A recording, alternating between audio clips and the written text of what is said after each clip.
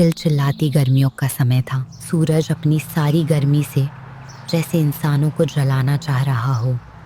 ऐसे ही मौसम में राघव का ट्रांसफ़र हुआ था। दिल्ली के एक छोटे से शहर बुरारी में हुआ था। वैसे तो पूरी दिल्ली आधुनिकता के दौर कंधे से कंधा मिलाकर चल रही थी, लेकिन कुछ इलाकों में अब भी डेवलपमेंट होनी बाकी थी। बुरारी भी उसी में से एक था। राघव अपनी पत्नी रीना और दोनों बच्चे कहूशी और सोनू के साथ मिलनसार सोसाइटी में रहने के लिए आता है। पेशे से राघव एक सरकारी अधिकारी था, जिसका ट्रांसफ़र बुरारी के पास के ही एक सरकारी कार्यालय में हुआ था, और वही की सोसाइटी में उसको एक फ्लैट रहने के लिए मिला था। सोसाइटी में आने के बाद वहाँ की हालत देखकर रीना तो अपने साड़ी के पल्लू से अपने मुंह को ढकते हुए बोलती है, ओफो राघव, ये कैसी जगह ले आए। कहाँ हम हिमाचल जैसी शांत और साफ सुथरी जगह पर रह रहे थे और अब यहाँ इस कूड़े के ढेर जैसी सोसाइटी में आ गए। यहाँ के फ्लैट देखकर तो लगता है इंसान नहीं भूत रहते होंगे। अब जहाँ फ्लैट मिलेगा वही रहेंगे ना रीना। और चलो तो सही, जरूरी नहीं जो देखने में सही न लगे वो सही न हो। कभी कभी आँखों का धोखा भी हो जाता है। रीना अब राघव को क्या ही बोलती। वो अपने बच्चों के साथ राघव के पीछे पीछे चलने लगी। जैसे ही वो अपने फ्लैट की बिल्डिंग में जाने को थे, तभी एक औरत उनसे टकराई और नए चेहरे को देखकर थोड़ा हैरानी से उनको देखने लगी। तभी उसकी नजर सोनू और खुशी पर गई और उनको देखकर वो झट से उनके पास जाकर बोलती है, अरे कितने प्यारे बच्चे हैं, क्या नाम है बच्चों तुम्हारा? रीना को सुमन को देखते ही अंदर से एक अजीब सी नेगेटिव वाइब चुभती है। वह घबराकर सोनू और खुशी को अपनी तरफ खींचती है। वैसे आप कौन? मैं इसी बिल्डिंग में रहती हूँ, फ्लैट नंबर 13 में। अच्छा, आप 13 नंबर फ्लैट में रहती हैं? वैसे हम आज ही इस सोसाइटी में आए हैं और हम फ्लैट 14 में रहेंगे। अरे वाह, नए पड़ोसी। सही है, स्वागत है आपका इस सोसाइटी में। आप कहें तो मैं आपको आपके फ्लैट तक छोड़ाऊं? खुशी और सोनू को खींचते हुए आगे बढ़ जाती है।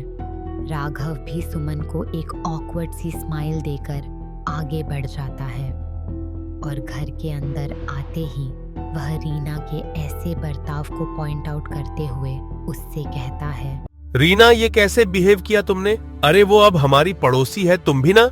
अरे मुझे उसका अपने बच्चों के पास आना अजीब लगा, इसलिए मैंने ऐसा किया। और क्यों ना करूं, हम नए हैं, पता नहीं अभी कैसे कैसे लोग हैं यहाँ। तुम भी ना रीना। चलो अब जरा ध्यान अपने इस नए घर पर दो, लोगों पर बाद में देंगे। राघव और रीना अपने नए घर को संवारने में साफ सफाई में लग गए। कुछ देर में रीना से साफ सफाई करके सबके लिए कुछ खाने के लिए बना लिया और जैसे ही वो चारों डाइनिंग टेबल पर खाने के लिए बैठे, तभी डोरबेल बजी। मैं जाकर देखती हूँ, तुम सब खाना शुरू करो। दरवाजे को खोलते ही सामने सुमन होती है, जो कि हाथ में कुछ खाना लेकर आई होती है। वो मैंने सोचा आप लोग आज ही आए हैं तो कहाँ खाना बनाने का समय मिलेगा, तो मैं ये पोहा बनाकर लाई थी, आप सब खा लेना।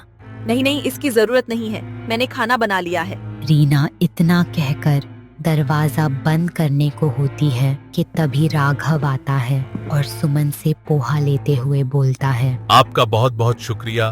पोहा तो मेरे बच्चों को बहुत पसंद है, हम सब खा लेंगे। आपका शुक्रिया। और आज तो जरा हम बिजी है, लेकिन सेटल होने के बाद आप लोग जरूर हमारे घर खाने पर आइएगा।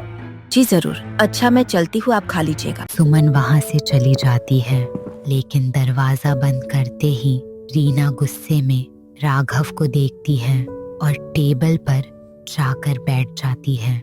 राघव पोहा बच्चों को देने जाता है तो रीना उसको रोक देती है। मैंने जो खाना बनाया है मेरे बच्चे वो खाएंगे और तुम भी। रीना के गुस्से को देखते हुए राघव की हिम्मत नहीं थी उसको मना करे, इसलिए वो चुपचाप पोहा साइड रखकर खाना खाने लगता है। रात होती है, पूरा परिवार गहरी नींद में सो रहा होता है। उधर रीना ने जो पोहा बिना खाए कचरे के डिब्बे में फेंक दिया था, वह अब पूरी तरह काला पड़ चुका था। अब रीना की सोसाइटी की दूसरी औरतों के साथ भी बातचीत शुरू हो जाती है। एक शाम जब खुशी और सोनू सोसाइटी ग्राउंड में खेल रहे होते हैं, तभी उनकी लड़ाई वहाँ के दूसरे बच्चों से हो जाती है। उसी वक्त सुमन वहाँ पहुंचकर झगड़ा सुलझाती है और दूसरे बच्चे खुशी और सोनू से सॉरी कहते हैं। घर पहुंचकर जब रीना को यह बात पता चलती है तो उसके मन में सुमन की छवि एकदम बदल जाती है। वह तुरंत खुशी और सोनू को साथ लेकर सुमन के घर जाती है और उसे कहती है, सुमन जी, मैंने सुना कि आपने मेरे बच्चों की लड़ाई सुलझाई। आपका बहुत बहुत शुक्रिया और मुझे माफ कर दीजिएगा। यहाँ आने के बाद मैंने आपके साथ अच्छा बर्ताव नहीं किया। क्या है ना, मैं एक माँ हूँ, बच्चों को लेकर जरा जल्दी परेशान हो जाती हूँ। कोई बात नहीं, समझती हुई मैं। भले ही मेरे बच्चे नहीं हैं तो क्या हुआ। एक औरत होने के नाते माँ का डर और दर्द समझती हूँ कि किसी अनजान पर अपने बच्चों को लेकर कैसे भरोसा किया जाए। रीना को जब ये पता चलता है कि सुमन के बच्चे नहीं हैं तो उसको बुरा लगता है और अब से वो रोज सोनू और खुशी को सुमन के घर खेलने भेज दिया करती थी। दोनों बच्चे पूरा दिन वहाँ खेलते और शाम को ही घर में आते। एक दिन राघव के आने पर भी बच्चे घर नहीं आए। ये देखकर राघव बोलता है, बच्चे कहाँ हैं? अरे वो सुमन जी के घर खेलने गए थे, लेकिन अब तक आए नहीं। वैसे तो आ जाते थे। वाह, पहले बच्चों को देखने तक नहीं देती थी तुम उन्हें, अब पूरे दिन बच्चे वहाँ हैं तो तुम्हें होश नहीं है। अरे तो मुझे पता लग गया कि वो बुरी नहीं है और बच्चे उनके घर खेलकर खुश रहते हैं, इसलिए भेजती हूँ और तुम बैठो, मैं उनको लेकर आती हूँ। नहीं, मैं भी चलता हूँ। घर जाते हैं तो दरवाजा सुमन का पति मोहन खोलता है। मोहन से पूछने पर पता चलता है कि सोनू और खुशी खेलते खेलते सो गए और सुमन उनके पास बैठी प्यार से उनके सर पर हाथ फेर रही होती है। ये देखकर रीना बोलती है, अरे ये सो गए, आप इनको घर भेज देती। वैसे सोते तो नहीं है कभी इतनी जल्दी। वो आज हम हाइड एंड सीक खेल रहे थे तो उसमें थककर ये सो गए। माफ करना, आपको परेशानी हुई। हम इनको अभी ले जाते हैं। बच्चों उठो। अरे सोने दीजिए, कोई नहीं। नहीं नहीं, आप परेशान मत होइए। राघव सोनू और खुशी को उठाता है और वो दोनों बच्चों को लेकर जाने लगते हैं। तभी अचानक रीना की नजर एक कमरे पर पड़ती है जिसका दरवाजा हल्का सा खुला था और वहाँ पर उसको एक मोमबत्ती जलती हुई दिखी। लेकिन तभी मोहन उस दरवाजे को बंद कर देता है। रीना को अजीब तो लगता है लेकिन वो उस बात पर इतना ध्यान नहीं देती। घर आकर बच्चों को उनके कमरे में सुलाने के बाद खाने की टेबल पर बैठे रीना और राघव बातें करते हुए बोलते हैं, कितनी जल्दी बच्चे घुल मिल गए ना इन लोगों से। वैसे मुझे अच्छा लगा कि तुम अब उनसे सही से बात करने लगी हो, वरना आज कल कहाँ पड़ोसी इतने अच्छे मिलते हैं कि आपके बच्चों को पूरा पूरा दिन संभाले। हाँ ये तो है। मैं मार्केट जाती हूँ तो पीछे से सुमन जी बच्चों का अच्छे से ध्यान रखती हैं। अब तो ये सुबह होते ही बस वही जाने को होते हैं। राघव और रीना सुमन के अच्छे बर्ताव से बहुत ज्यादा ही इम्प्रेस थे। रीना, जिसको शुरुआत में सुमन अच्छी नहीं लगती थी, अब वो अपने बच्चों को लेकर सुमन पर अंधा विश्वास करने लगी थी। एक दिन जब रीना मार्केट से घर आती है तो बिल्डिंग के नीचे उसको उसकी सोसाइटी की दूसरी सहेली माया मिल जाती है। अरे रीना मार्केट गई थी और बच्चे कहाँ हैं? वो साथ नहीं गए थे क्या? हाँ, वो कुछ सामान लेना था और बच्चों को साथ ले जाओ तो सामान नहीं लिया जाता, इसलिए वो हमारी पड़ोसन सुमन के घर पर हैं। पीछे से वो उन्हें बहुत अच्छे से संभाल लेती है। अपने बच्चों को ऐसे किसी के घर छोड़ना सही लगता है तुम्हें? वो भी उस औरत के घर जिसने अपने बच्चों को ठीक से नहीं संभाला, जिसके कारण उनकी मौत हो गई थी।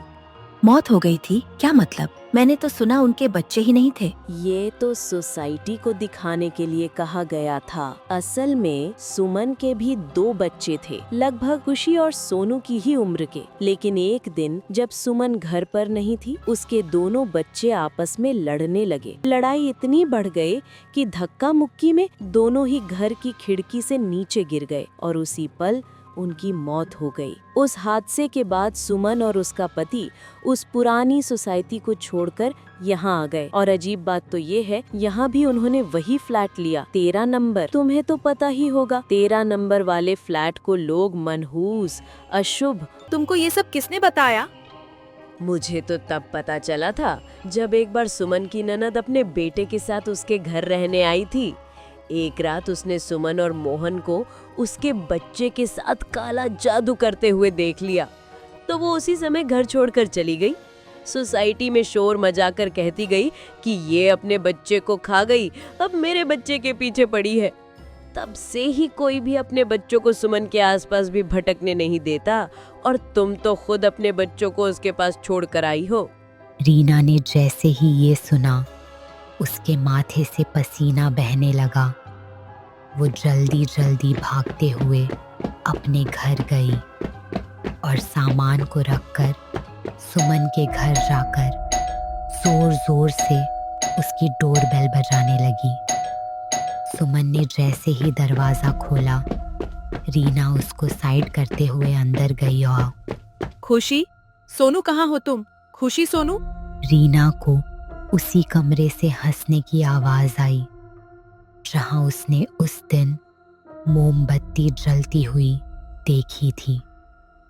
वो जैसे ही वहां जाती है तो देखती है कि मोहन बच्चों के साथ वीडियो गेम खेल रहा होता है और उस कमरे में कोई मोमबत्ती फिलहाल नहीं जल रही होती। रीना उस समय जल्दी से बच्चों को लेकर घर आ जाती है और उनको अब घर में ही खेलने की सलाह देती है।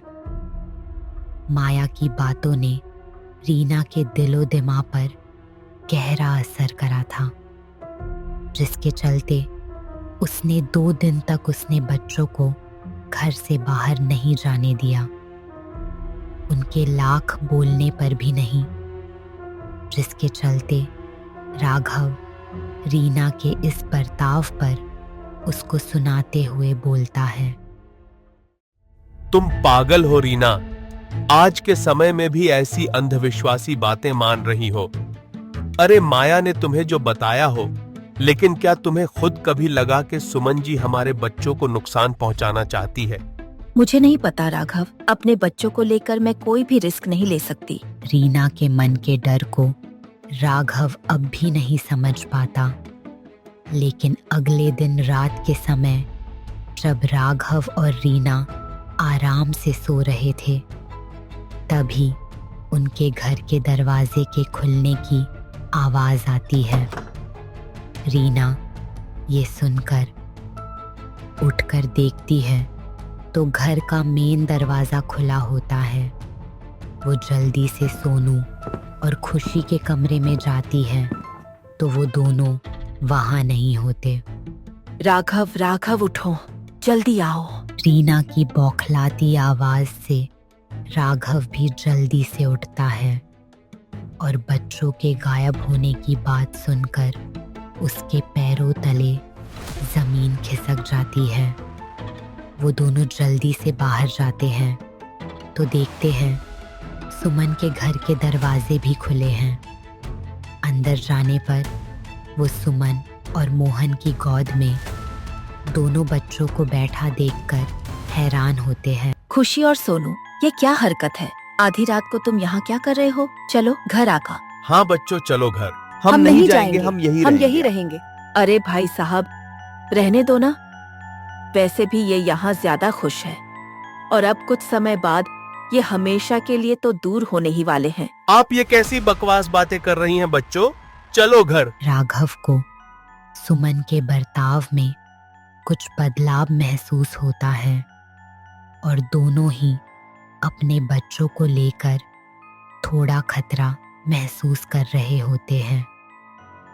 आधी रात को वो बिना ज्यादा ड्रामा किए जबरदस्ती दोनों बच्चों को घर ले आते हैं, लेकिन घर आने पर सोनू और खुशी अजीब हरकतें करने लगते हैं। अपना सर दीवार में मारना उन लोगों ने आज तक नहीं की, वो सब कर रहे थे। रीना और राघव बहुत परेशान थे। अगली सुबह रीना गुस्से में सुमन के घर जाती हैं, जहां उसको एक कमरे से आवाज़ें आती हैं और वो उस कमरे में जाकर देखती है तो वहाँ सुमन और मोहन काला जादू कर रहे होते हैं। साथ ही वहाँ सोनू और खुशी के नाम की 2 डॉल रखी होती हैं। ये देखकर रीना गुस्से में, मैंने अपने बच्चों को लेकर तुम पर भरोसा किया, लेकिन तुमने मेरे बच्चों के साथ ये सब किया। सही कहा था माया ने, जो अपने बच्चों का ध्यान नहीं रख पाई उनको खा गई। वो क्या मेरे बच्चों को संभालेगी? तूने ये सब जो किया है ना, उसके लिए मैं तुझे छोड़ूंगी नहीं आतिशी। रीना को दूर धक्का देते हुए कहती हैं, तू मेरा कुछ बिगाड़ नहीं पाएगी और मैं अपने बच्चों को नहीं संभाल पाई। अरे मैं उनके लिए ही ये सब कर रही हूँ। अब तेरे दोनों बच्चे ही मेरे बच्चों को नया जीवन देंगे, समझी? राघव रीना की आवाज़ सुनकर वहाँ आता है और ये सब काला जादू देखकर हैरान हो जाता है। राघव जल्दी से पुलिस कंप्लेंट करता है और सुमन और उसके पति को पुलिस ले जाती है। लेकिन वही दूसरी ओर सोनू और खुशी की हालत खराब होने लगी ही। दोनों बच्चे एक दूसरे को मारने के लिए उतारू थे। अपने बच्चों की ये हालत देखकर रीना का दिल दर्द से कहरा रहा होता है। माया उसके बच्चों की ये हालत देखकर उसे एक बड़े सिद्ध पंडित जी का पता देती है। राघव जल्दी से पंडित जी को सब बातें बताकर घर लेकर आता है, जहां वो दोनों बच्चों की हालत देखकर बोलते हैं, और एक बेटा, दोनों बच्चे काले साए के वश में हैं और ये किसी खास योजना के चलते किया गया है। इसका तोड़ तुम्हें ढूंढना होगा। जिस औरत ने इन पर ये काला जादू किया उससे इसका तोड़ पूछो। जब राघव और रीना इस बात का पता लगाने पुलिस स्टेशन जाते हैं तो वहाँ पुलिस वालों से बहुत मार खाने के बाद भी सुमन अपना मुंह नहीं खोलती, बस यही कहती रहती है, मेरे बच्चे मेरे पास वापस आएंगे इसके बच्चों के मरने के बाद। पुलिस स्टेशन में सुमन की बात सुनने के बाद रीना उसके घर में आकर हर कमरे की तलाश करती है। वो अपने बच्चों के नाम की डॉल को तो जला देती है, लेकिन फिर भी उनकी हालत में सुधार नहीं होता। तभी जिस कमरे में सुमन और मोहन काला जादू करते थे, वहाँ के बिस्तर में कुछ अजीब था।